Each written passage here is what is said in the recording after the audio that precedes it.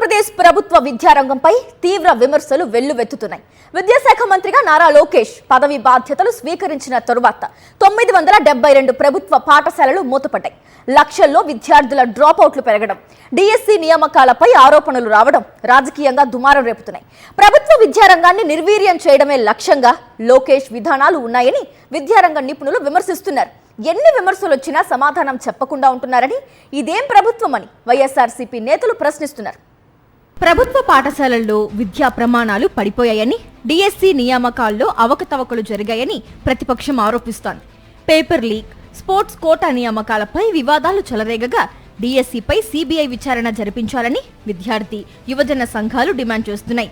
DSC అభ్యర్థులు అడుగుతున్న ప్రశ్నలకు లోకేష్ సమాధానం చెప్పలేకపోతున్నారని, ఇది ప్రభుత్వ అసమర్థత తప్ప మరొకటి కాదని ప్రతిపక్ష నేతలు విమర్శలు గుప్పిస్తున్నారు.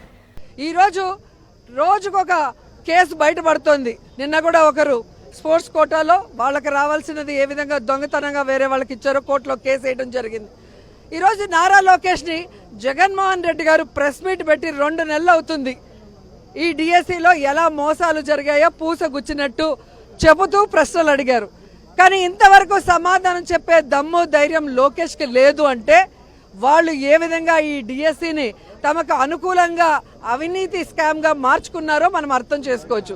లోకేష్ బాధ్యతలు చేపట్టిన తరువాత 972 ప్రభుత్వ పాఠశాలలు మూతపడ్డాయని, ఈ 2 ఏళ్లలో దాదాపు 5.56 లక్షల మంది విద్యార్థులు ప్రభుత్వ పాఠశాలలకు గుడ్ బై చెప్పారని, నాడు నేడు వంటి అభివృద్ధి పనులు నిలిచిపోయాయని ప్రతిపక్ష వైఎస్ఆర్సీపీ నేతలు విమర్శిస్తున్నారు. ప్రభుత్వ పాఠశాలల్లో మౌలిక వసతులు, విద్యా ప్రమాణాలు పూర్తిగా దెబ్బతిన్నాయని వారు సాక్ష్యాలతో సహా ప్రభుత్వాన్ని నిలదీస్తున్నారు. కేంద్ర యూడైస్ గణాంకాల ప్రకారం ప్రభుత్వ పాఠశాలల్లో డ్రాపౌట్లు లక్షల్లో పెరిగాయని ప్రతిపక్షం స్పష్టం చేస్తోంది.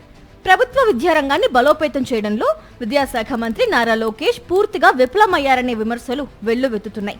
గత జగన్ ప్రభుత్వం వేల కోట్ల రూపాయలు ఖర్చు చేసి ప్రభుత్వ పాఠశాలల్లో కల్పించిన వసతులను నిర్లక్ష్యం చేసి పాడు చేయడం ప్రజాధనాన్ని వృధా చేయడమే అవుతుందని ప్రతిపక్ష వైఎస్ఆర్సీపీ విమర్శిస్తోంది.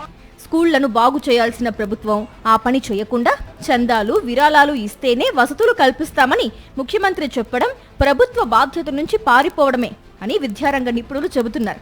కనీసం స్కూళ్లలో మౌలిక వసతులు కూడా కల్పించలేని ఫెయిల్యూర్ ఎడ్యుకేషన్ మినిస్టర్ గా నారా లోకేష్ నిలిచిపోయారని విమర్శలు సర్వత్రా వెల్లువెత్తుతున్నాయి. మరిన్ని అప్డేట్స్ కోసం ఛానల్ ను సబ్స్క్రైబ్ చేయండి. నోటిఫికేషన్స్ కోసం బెల్ ఐకాన్ పై క్లిక్ చేయండి.